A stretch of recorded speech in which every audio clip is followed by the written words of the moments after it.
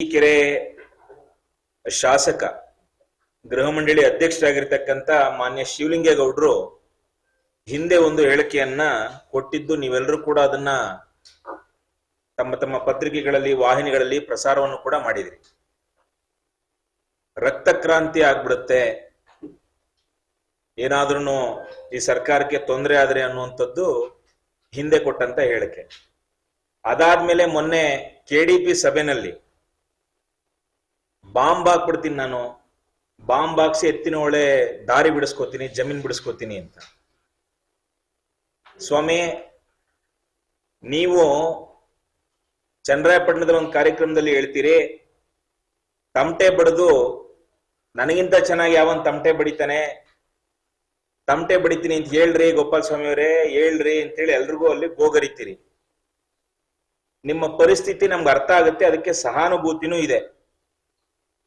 ಮಂತ್ರಿ ಆಗ್ಲೇಬೇಕು ಅನ್ನೋ ಉದ್ದೇಶದಿಂದ ನೀವು ಇಷ್ಟೆಲ್ಲ ಹೇಳಿಕೆಗಳು ದೊಂಬರಾಟಗಳನ್ನ ನೀವು ನಡೆಸ್ತಾ ಇದ್ದೀರಿ. ಅರಸೀಕೆರೆ ನಾಗರಿಕನಾಗಿ ನನ್ನ ಜನತೆಗೆ ಅವಶ್ಯಕತೆ ಇರುವಂತದ್ದು ಬಾಂಬ್ ಹಾಕುವಂಥದ್ದು, ರಕ್ತ ಕ್ರಾಂತಿ ಮಾಡ್ತೀನಿ ಅನ್ನುವಂಥದ್ದು ಅಲ್ಲ. ಅರಸೀಕೆರೆಗೆ ಅವಶ್ಯಕತೆ ಇರುವಂತದ್ದು ಜಲಕ್ರಾಂತಿ ಆಗ್ಬೇಕಾಗಿದೆ ನಮ್ಗೆ. ಅರಸೀಕೆರೆ ನೀರಾವರಿಯಿಂದ ವಂಚಿತವಾಗಿದ್ದೀವಿ ನಾವು.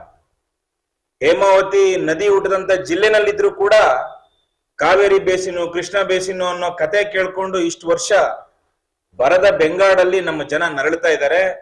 ದಯಮಾಡಿ ನೀವೆಲ್ಲೋ ಯಾರಿಗೋಸ್ಕರನೋ ರಕ್ತ ಕ್ರಾಂತಿ ಮಾಡಬೇಡಿ, ಜಲಕ್ರಾಂತಿ ಮಾಡಿ.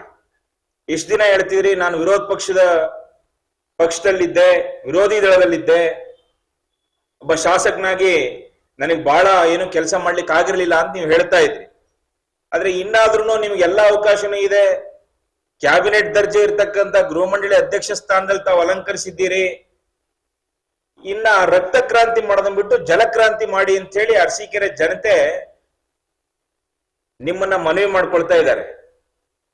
ಸ್ವಾಮಿ, ಇತ್ತೀಚೆಗೆ ನೀವು ಮಂತ್ರಿ ಆಗ್ಲೇಬೇಕು ಅನ್ನೋ ಉನ್ಮಾದದಲ್ಲಿ ನಿಮ್ಮ ಮಾನಸಿಕ ಆರೋಗ್ಯ ಕಡೆ ಸ್ವಲ್ಪ ಗಮನ ಕೊಡಿ. ನೀವು ನಿಮ್ಮ ಮಾನಸಿಕ ಸ್ಥಿಮಿತ ಯಾಕೋ ಕಳ್ಕೊಳ್ತಾ ಇದ್ರಿ ಅಂತೇಳಿ ಜನ ಆದಿ ಬೀದಿನಲ್ಲಿ ಮಾತಾಡ್ತಾ ಇದ್ದಾರೆ.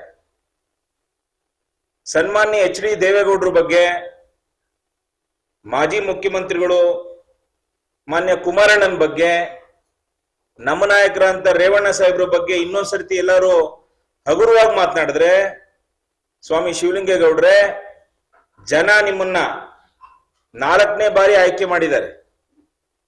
3 ಬಾರಿ JDS ಚಿಹ್ನೆಯಿಂದ ಗೆದ್ರಿ, 4ನೇ ಬಾರಿ ಕಾಂಗ್ರೆಸ್ ಪಕ್ಷ ಚಿಹ್ನೆಯಿಂದ ಗೆದ್ದಿದ್ದೀರಿ.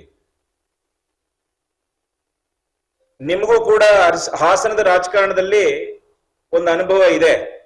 ಎದೆ ಮುಟ್ಕೊಂಡು ಹೇಳ್ರಿ, ಅರಸೀಕೆರೆಗೆ ಹಾಸನಕ್ಕೆ ಕುಮಾರಸ್ವಾಮಿ ಅವ್ರ ಕೊಡುಗೆ ಇಲ್ಲ, ದೇವೇಗೌಡರ ಕೊಡುಗೆ ಇಲ್ಲ ಅಂತ ನೀವ್ ಹೇಳ್ಬೋದಾ? ಹೇಳಿ ಅದನ್ನ ಅರ್ಗಿಸ್ಕೊಳಕ್ ಸಾಧ್ಯನಾ ನಿಮ್ಗೆ? ದಯಮಾಡಿ ಈ ರೀತಿ ಹುಚ್ಚುಚ್ಚು ಹೇಳಿಕೆಗಳು ಕೊಡೋ ಮುಖಾಂತರ ಕಾಂಗ್ರೆಸ್ ನಾಯಕರ ಗಮನ ಸೆಳೀತೀನಿ, ನನ್ನ ಮಂತ್ರಿ ಮಾಡ್ಬಿಡ್ತಾರೆ, ನಾನು ಬೈಕೊಂಡು ಓಡಾಡಿದ್ರೆ ನನಗೇನೋ ಕೊಡ್ತಾರೆ ಅನ್ನೋ ಅಂತ ಭಾವನೆಯಿಂದ ಆಚೆ ಬನ್ನಿ. ವಿಧಾನ ಮಂಡಲದಲ್ಲಿ ನೀವ್ ಹೇಳ್ತೀರಿ ಹಿಂದೂ ಹಿಂದೂ ಅಂತಂದ್ರೆ ಅದೆಂತ ಒಂದು ಆಂಗಿಕ ಭಾಷೆಯನ್ನ ತೋರಿಸ್ತೀರಿ ಬಹಳ ಅಸಹ್ಯವಾಗಿ. ಸ್ವಾಮಿ, ಇವತ್ತು ನಿಮ್ಮ ಹೆಸರು ಶಿವಲಿಂಗೇಗೌಡ್ರು. ಆ ಶಿವಲಿಂಗೇಗೌಡ್ರನ್ನ ಹೆಸರು ನಿಮ್ಗೆ ಯಾಕೆ ಬಂತು ಅಂತಂದ್ರೆ, ನಿಮ್ಮ ಪೂರ್ವಿಕರು, ಅವ್ರ ಪೂರ್ವಿಕರು ಎಲ್ಲರೂ ಕೂಡ ಒಂದು ಪರಂಪರೆ ಸಂಸ್ಕೃತಿನಲ್ಲಿ ಬೆಳ್ಕೊಂಡು ಬಂದ್ರು, ಅದನ್ನ ಉಳಿಸ್ಕೊಂಡು ಬಂದ್ರು.